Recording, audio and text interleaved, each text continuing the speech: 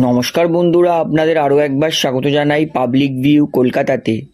বন্ধুরা, মোহনবাগান সমর্থকরা অনেক কেউই আমাকে জিজ্ঞেস করেছে দাদা জেমি ম্যাকলারেনের আপডেটটা দাও। তো আমি কিন্তু আগেই বলে দিয়েছিলাম যে জেমি ম্যাকলারেন তিনি কিন্তু মোহনবাগান দলে সই করে নিয়েছেন 3 বছরের চুক্তিতে 1+1+1 সেই নিয়মে।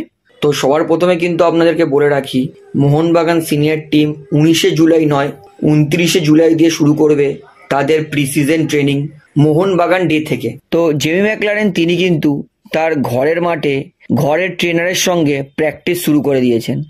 যতদূর জানা গেছে, Mohun Bagan head coach Jose Francisco Molina তিনি কিন্তু সকল মোহনবাগান দলের সিনিয়র প্লেয়ারদের এক্সারসাইজ ট্রেনিং করা শুরু করতে বলে দিয়েছেন।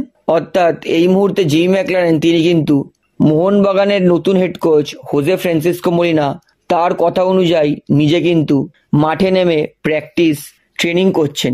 জেমি ম্যাকলারেন তিনি তার নিজের সোশ্যাল মিডিয়া সাইটে এই ভিডিওটা পোস্টের মাধ্যমে কিন্তু জানিয়ে দিয়েছেন যে তিনি মোহনবাগান দলে খেলার জন্য ট্রেনিং করতে শুরু করে দিয়েছেন। তাহলে খুবই তাড়াতাড়ি মোহনবাগান দলের সমস্ত খেলোয়াড় কিন্তু চলে আসবে মোহনবাগান দলে প্র্যাকটিস করার জন্য।